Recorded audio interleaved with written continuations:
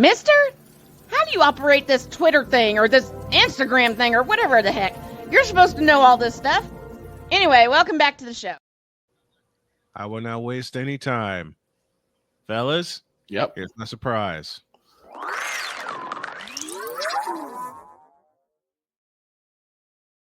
Please welcome back in his 8th year with the show, our senior NFL insider and the host of Locked On Patriots, Mike DeBate. Good morning, Mike. Yeah. Gentlemen, it was not going to be 2024 into 2025 without me making an appearance. There was no way that we were going to move the calendar without me making an appearance on Snowman. It is great to be back. Thank you for the patience with me. I do appreciate it. Been a up and down year personally, but all is very good now, and glad to be back on this show, buddy. Man, we are so happy to have you back. So much, of course, is going on. As I mentioned, Mike is in his 8th year as our senior NFL insider. All the profiles will be up to date, including his on snowmaninthemorning.com as well as snowmansportsnet.com. And Michael, this has been a strange season, to say the least. Yeah, without any question. I mean, the Detroit Lions look like a bona fide favorite coming out of the NFC. In the AFC, the Chiefs are still winning games, but a lot of people are not sure how they're doing it. The Buffalo Bills are defying all odds because of all the injuries and everything that they've sustained. Really, it's like dogs and cats living together, mass hysteria in the NFL right now. But you know what? We love it for this time of year. It really is. I think it's very fitting for what we're about to watch in the final few weeks here. I think it's going to be an exciting end to what has been a very unpredictable season, I guess is the best way for me to put it. I have a Starting question. the AFC West. And there is a team breathing down the Chiefs' neck that could catch them. And that team is the Chargers. Yeah, without question. I mean, you look at the Los Angeles Chargers and the way they're built. The big knock on the Chargers the last few years is they don't have the coaching pedigree that can lead them through the doldrums of December and into early January. They have that now in Jim Harbaugh. Whether you're a fan of Jim's or whether you're not, one thing you have to give this guy, he is battle tested. He gets the majority out of his players, and he will continue to do that. Look, the Chargers are a little banged up right now. I know Ladd McConkey is right now. There's not a little uncertainty about how effective he's going to be this Sunday night, and I'm sure we'll get into this matchup in a little bit. But the way the Chargers are constituted, they're winning games right now with Justin Herbert playing very solid football. They're getting the majority out of their receiving core, which when you look at it from start to finish is not necessarily the most talented on paper, but they're playing well. And the defense, that base 3-4 defense right now is starting to show a lot of, prowess, especially, behind Khalil Mack. So this is right now a team that is capable of hanging with anyone. And when you're well coached and you've got a very good quarterback, that's, I think, something that would really spell well now for the Los Angeles Chargers. They're going to be a very intriguing team to watch down the stretch. I have a question. With now as we're coming down the stretch and teams are starting to slowly strap themselves into their playoff contention, whether they're locking down playoff berths or even locking down the division, how much more important, how much more sense of urgency is there for teams that are still trying to find their way to the promised land of January football? Yeah, I think right now we're coming down to the crunch time. I think that's an excellent question. Right now, December 6th, first week of December, second week of December, you're right on the cusp of having to really buckle down and make sure that you're playing your absolute best football heading into the playoffs. Now, there are teams that have been battle tested that have been there before. The Chiefs are always going to be an exception to the rule because they've got Andy Reid, they've got Patrick Mahomes, they've got Travis Kelce, they've got that Steve Spagnuolo defense. They've been to the puppet show, they've seen the strings. There's nothing that you're going to show them that's going to confuse them. So even if they're not playing at their best heading into the playoffs, I go back to what the New England Patriots used to do years ago and watching that team and covering that team. Even if they weren't playing up to their maximum, you knew that once the playoffs hit, Tom Brady was going to flip that switch. Bill Belichick was going to flip that switch, and they were going to be able to get the job done. So Kansas City, I think, is the outlier right now. they can still make things happen even if they're not playing at their best. But for teams like Baltimore, for teams like Pittsburgh, for teams like the Chargers right now, they need to be playing their best football heading in if they want to dethrone the champs and get out of the AFC this year and represent them in the Super Bowl. Good question.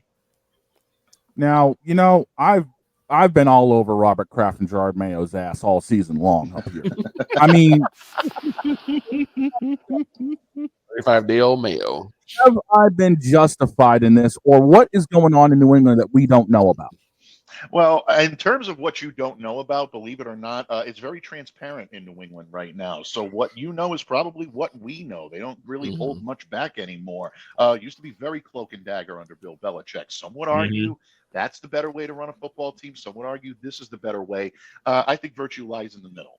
Look, right now, Gerard Mayo obviously looks like he is in over his head when it comes to managing this team from top to bottom, not just the X's and O's on the field, but also the personalities, managing the media, being able to say the right thing at the right time, balance that act that really comes with being a head coach in the NFL now. You don't just manage the team on the field and call the plays or call the X's and O's and be the final say. You are the media face of the franchise. You are the immediate source when a thing goes wrong on the field. You're the guy that they come to. So Mayo right now is still kind of getting his feet wet a little bit.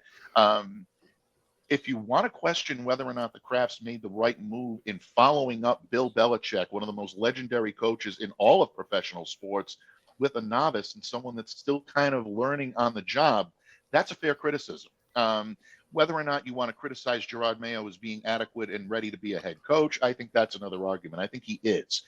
Gerard Mayo is a very good X's and O guy when he gets the opportunity to execute. He's excellent at managing players. His players do love playing for him, so I can tell you that there is no dissension in that locker room when it comes to Gerard. If there is any frustration, it's really, I think, from a lack of being able to execute, and that comes from the personnel around you. So when it comes to New England right now, I think there's a lot of criticism that they deserve, maybe for not preparing this team the way they should. If they wanted to hire Gerard and he was their guy, they should have packed him with a supporting cast in terms of assistant coaches that had a lot more experience at doing what they're doing, especially at the coordinator position. Alex Van Pelt is not a natural play caller. He's a very smart offensive mind when it comes to quarterbacks, but he's not a natural play caller. DeMarcus Covington never called plays at a professional level prior to this, experience. So yeah, those are all valid criticisms. To say that you're all over them, I think you're right on the money when it comes to it. But we'll see whether or not Gerard can make that step in year two. That's going to be telltale. If you still see the same things happening in New England into the early to mid part of the season, that seat is going to get very hot in New England very quickly. Speaking of a hot seat, let's stay in the AFC East. I'll tell you, if a coach that has a hot seat under him, and people don't understand why, is because this team's offense doesn't have an off switch. His name is Mike McDaniel from the Dolphins. That's a very valid question and a very valid concern. And one, I agree with you, Brian, that not a lot of people are bringing up. Look, when you have the reputation that Mike McDaniel built early on in Miami as being an offensive genius, someone that could scheme on the fly, someone that could look at a formation, come up with the play to be able to neutralize it and then put it into action on the field, you expect him to do that each and every time. Right now, with the Dolphins at 5-7, I know they lost Tua early on, and that was definitely a detriment to this team. There's a lot more talent on this team than that 5-7 record, but there comes a time when you have to be able to coach beyond that. Again, the great ones have a knack for being able to play through and being able to coach through these types of situations. I hate to always come back and fall back on my Patriots sword, but Bill Belichick was able to do the job he needed to do with Matt Castle and keep that team afloat and had them within an eyelash of a playoff matchup when Tom Brady went down with an ACL injury. Not comparing the two, but you need to see that now out of Mike McDaniel, who is a veteran coach now. He's not a rookie or in his first or second year. There are growth that you need to see there. And I'm not taking away from his abilities, which I am still sometimes in awe of what he's able to dial up. But at the same time, you need to see it consistently, and you need to see it consistently on both sides of the ball for Miami. They've had difficulty stopping the run this year. There have been, problems with some of the personnel groupings. They've got some true studs in that defense, guys like Zach Seiler and Chop Robinson, who's really emerging as someone that can, round the long corners and get after the quarterback. But, if they don't figure out the little intangibles that they need to keep themselves in games and win these games, he's going to continue to get that criticism. You also have teams that are, as you said before, you have teams that are, fighting for positions in the playoffs. You also have teams that are just fighting for the draft at this point. Right. And one of the teams that I, follow, much my own detriment, has been the Dallas Cowboys. Mm. Is there something that can be done within the next couple of weeks that can at least make them more attractive for a good draft pick? Have Bill Belichick watch some games in Jerry's box. No, I'm kidding. I'm kidding. Hey, Belichick's looking to go to what? Hey, Belichick's looking to go to UNC. Come on here. I take it.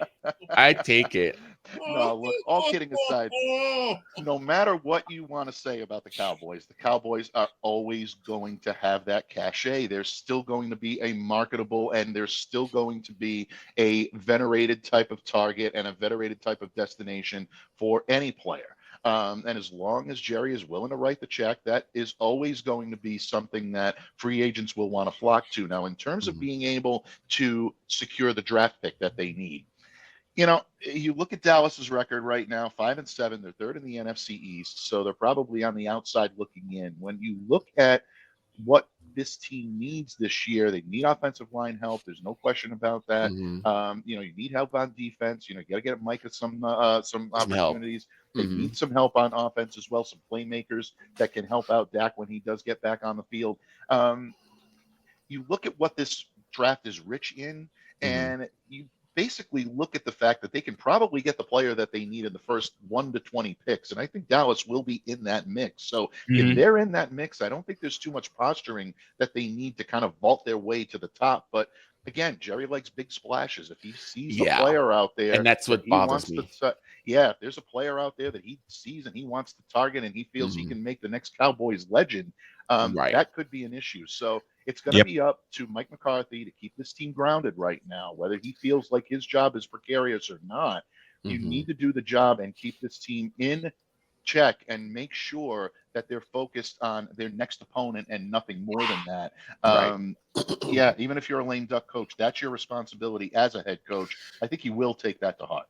And one of the spots that I think, and Snowman said it for many teams, one spot that I think the Cowboys need, a bell cow running back. Absolutely. And they're definitely missing Tony Pollard this year in that running back core. Yeah. And, it shows. I mean, the versatility that Tony brought to that offense, not only being able to run the ball effectively through the targets, but also being able to run to the outside. He was such an effective third down weapon and a great backfield receiver.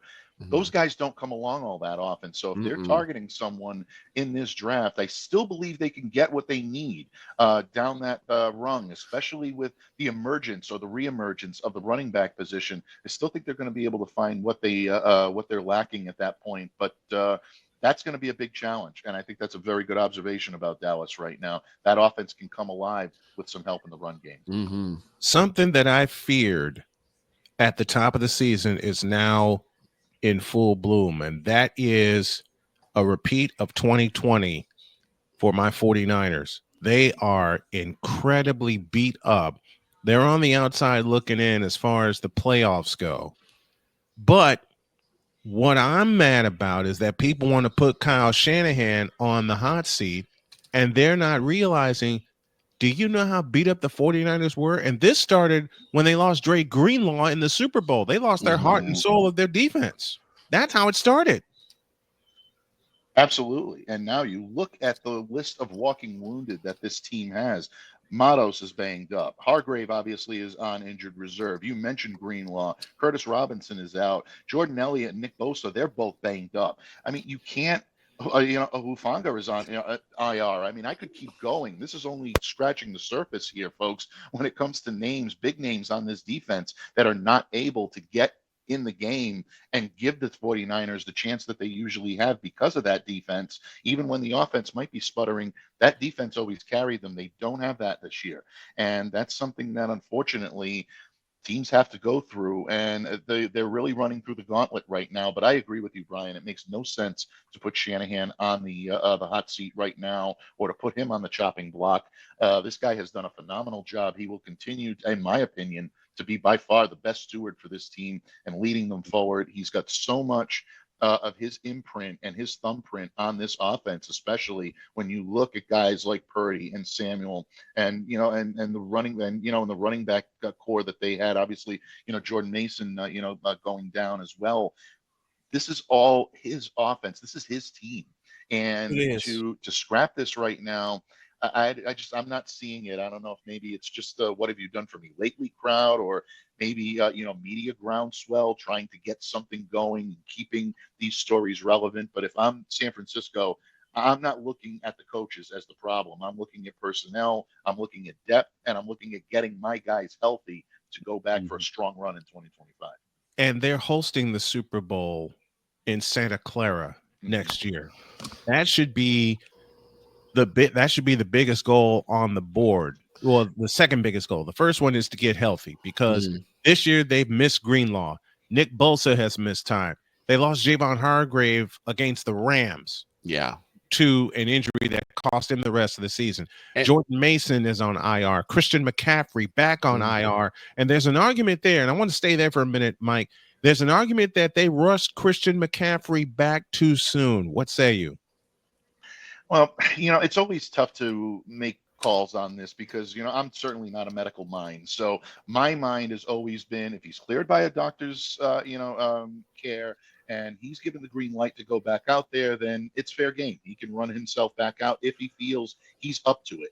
Now, if Christian had doubts and the 49ers doctors said, well, you're cleared, you can go out there, and then he went back out, then there might be a level of blame pie that needs to be served up. But in my opinion, if he was cleared by the doctors, and knowing Christian the way I've known him, this is a kid that wants to compete. He wants to get out there. He wants to show the world that he is still among the elite players in this league. And when he's on, he clearly is. I don't think there's anybody that would question that. I think it was his desire to get back on the field more so than him being rushed back by the 49ers brass. And unfortunately, sometimes just bad breaks, and I'm sorry, that's awful choice of words, but I can't think of a better one at this point. Bad breaks just kind of, they go the opposite way at that point. He's had a very tough time with injuries, but I wouldn't be looking to the 49ers right now for a bad slice of lane pie there. I think as long as he was cleared, they felt that if he could go, they were going to give him the chance to get back out. And I wanted Dana Reagan had a great comment. Hang tight, Victor. Dana Reagan had a great comment when he said too many younger 49er fans have no idea how injuries affect the team. They have instant gratification syndrome. And it's so true. After an incredible NFC championship run last year, you lose Dre Greenlaw in the Super Bowl. And my thought is if Greenlaw stays healthy in the Super Bowl, the Niners win that Super Bowl, and they do it in regulation because you have one of the captains of your defense on that team. No Greenlaw, no Greenlaw, no Javon Hargrave. Nick Bosa's been banged up. They even lost Jake Moody for 4 weeks to an injury, and now they want to put Kyle Shanahan and John Lynch. They want to put John Lynch on the hot seat. John Lynch is the architect of this team that got them to 2 Super Bowls. And I think next year will be a 3rd Super Bowl for them, and they're hosting it in Santa Clara. So from the looks of it now, the rest of this season they should get some. I think they should get some evaluation going on what positions of need to happen. And I saw some ridiculous reports this morning. And Mike, you're going to have fun with this. There's a report out there that said that thinks, being the operative word, the 49ers can lower the price on Purdy if they trade for, y'all ready for this, Kirk Cousins. That's not happening. No, What? not happening. No, it's not. I read it this morning, and I was laughing, but I also had steam coming out of my ears. Mike, the floor is yours. Yeah, no, that's clearly not happening. First of all, you know, I say this with reverence to Kirk Cousins, who I think has gotten, sometimes a bad rep for being the type of quarterback that he is, maybe not getting the credit he deserves for being as good as he's been and as consistent as he's been. But if you're the 49ers, no, this is not a move that you want to make. You're not taking on any of that monster contract. You're not taking on any of the veteran type of regression that you're going to see from Kirk, especially when I still believe that Brock is still on his upswing.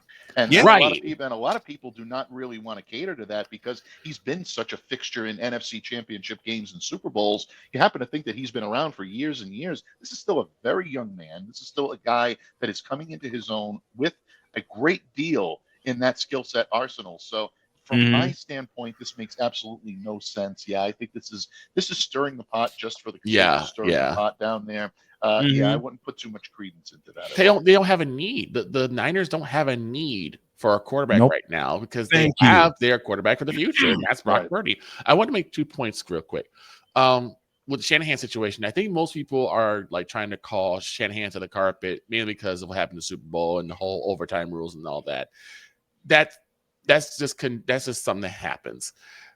As far as like, again, with the Niners and their injuries, Snowman, you're right. It's a situation of they just want instant gratification.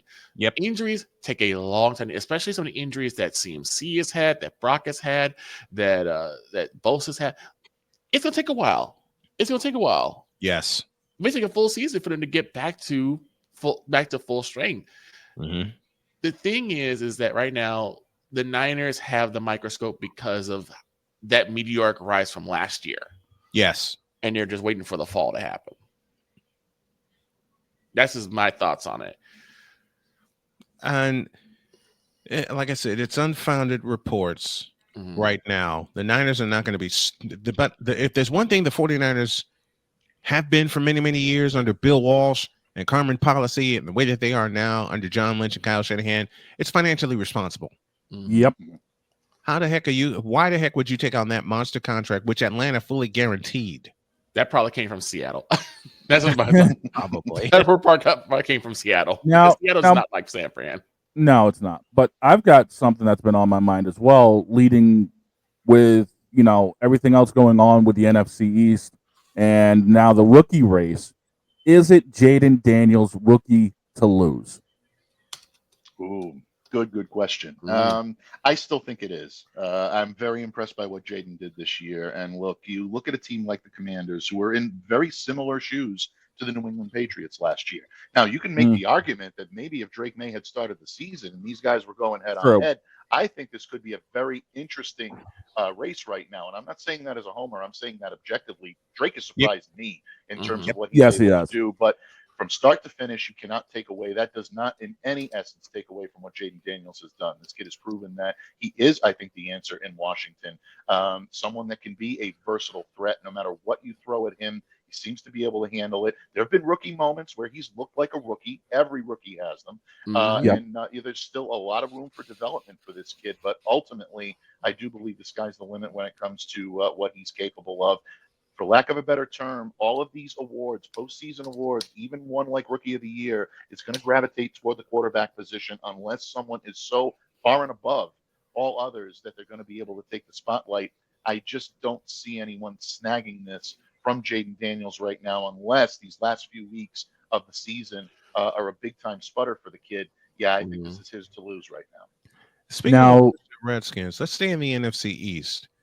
Who predicted, who would have thought that their meteoric rise would be happening this year? Because everyone pointed to it being a rebuild. I mean, you draft Jaden Daniels, you don't know what you're going to do on the offensive line, but look at this Redskins team, man. I mean, they're still in contention for the NFC East title. They're so close to a playoff berth, but they're still in contention for the NFC East title, are they not? Oh, I do believe they're absolutely in contention. And look, I mean, when you have a solid coaching staff, you have a solid infrastructure. For the first time, there is cohesion in the locker room. There's cohesion in the front office, and that is cross training at that point.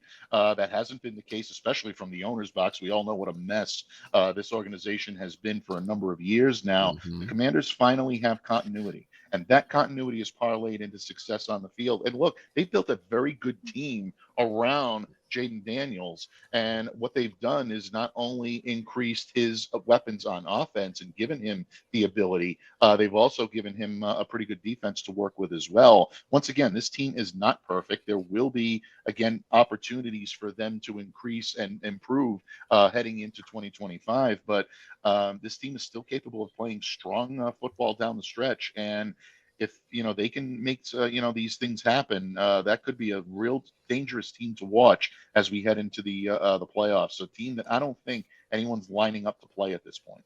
Yeah, we're running not at all. We're running into a break, and when we come back, we'll do what we do best on Friday to wrap it up. We're going to make some picks, and boy, there are some of these games. And Mike has said it to me for 8 years. I've said it to him, and I've said it to this crew.